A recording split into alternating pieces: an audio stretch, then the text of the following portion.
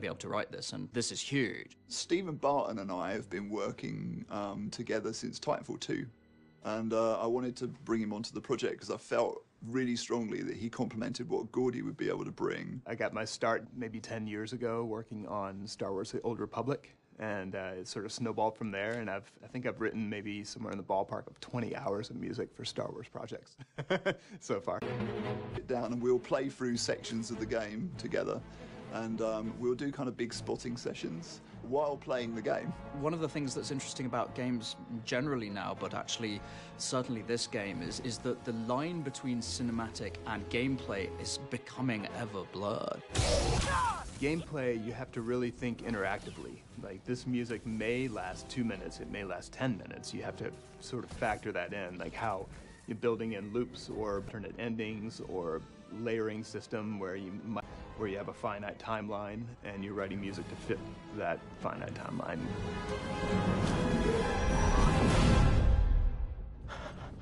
We started out, I think, by really looking at themes of the main characters, and so you have this unique challenge with Star Wars where everyone knows all the Star Wars themes, and so it's like being asked to, you know, put an extra 6 feet on the top of the Great Pyramid. We were trying to see how far we could push the boundaries of the John Williams vibe. With such a small little cell of an idea for Cal's theme for it, by the end of the game, it's taken on a whole new life than it had in the very beginning of the game. Thanks, little droid. Okay, let's try this again. Okay. The favorite material that I've had to work on is everything to do with BD1, but just because it's such a unique and charming character. Cal might go through some tough emotional moments, but BD is always going to be there to encourage him. You know, they're very much... You're not doing that again. There's a section in the game, and you're climbing the origin tree. It's about a 15 to 20 minute long piece of music. It's almost like a symphony that starts from the very ground level all the way to the top.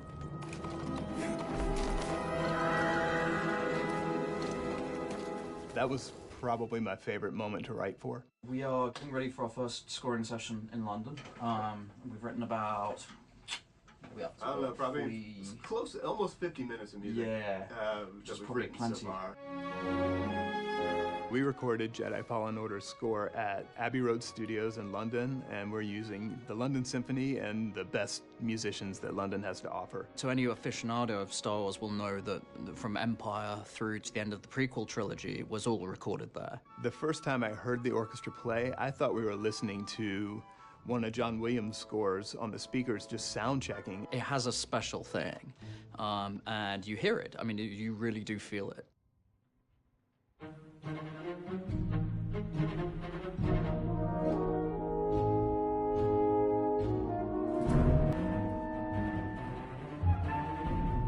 You know, you're standing in the same spot that, you know, the Beatles' Day in the Life was recorded conducting a symphony orchestra. There's nothing better than that.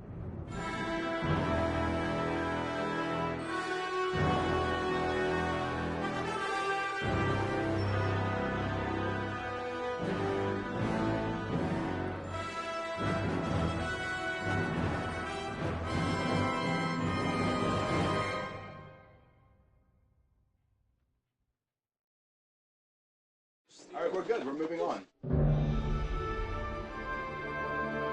Are sort of either forgotten or lesser used. So we have like a contrabass clarinet, and this thing looks like a plumbing fixture. I mean, it's huge, but it has something you haven't heard before. Good. Nice. Nice. Good stuff. Good job. Good afternoon. Good job, team. Stephen has a very unique voice, and he's got a very colorful way of thinking about music. It's incredibly rewarding to work with Gordy because there's things that he did with my themes that I'd never have thought of, and I was sort of like, just hearing them for the first time was a joy, because you're like, oh, I'd never have thought to do that. Stephen brings very fine espresso coffee, and Gordy brings great whiskey. So between the two of them, they're an absolute delight to work with. I just love working with those guys. I hope that when the player finishes playing Jedi Fallen Order, that they will feel like they were taken on a journey, in part because of the music. We hope you love it, but I mean, I think it's one of those ones where we hope it feels like a cohesive part of the story, to the point where the game is part of a bigger whole. You certainly can't watch the films without the music. They're married to each other. So I hope we achieve that sense. It's just a unique and an amazing ride.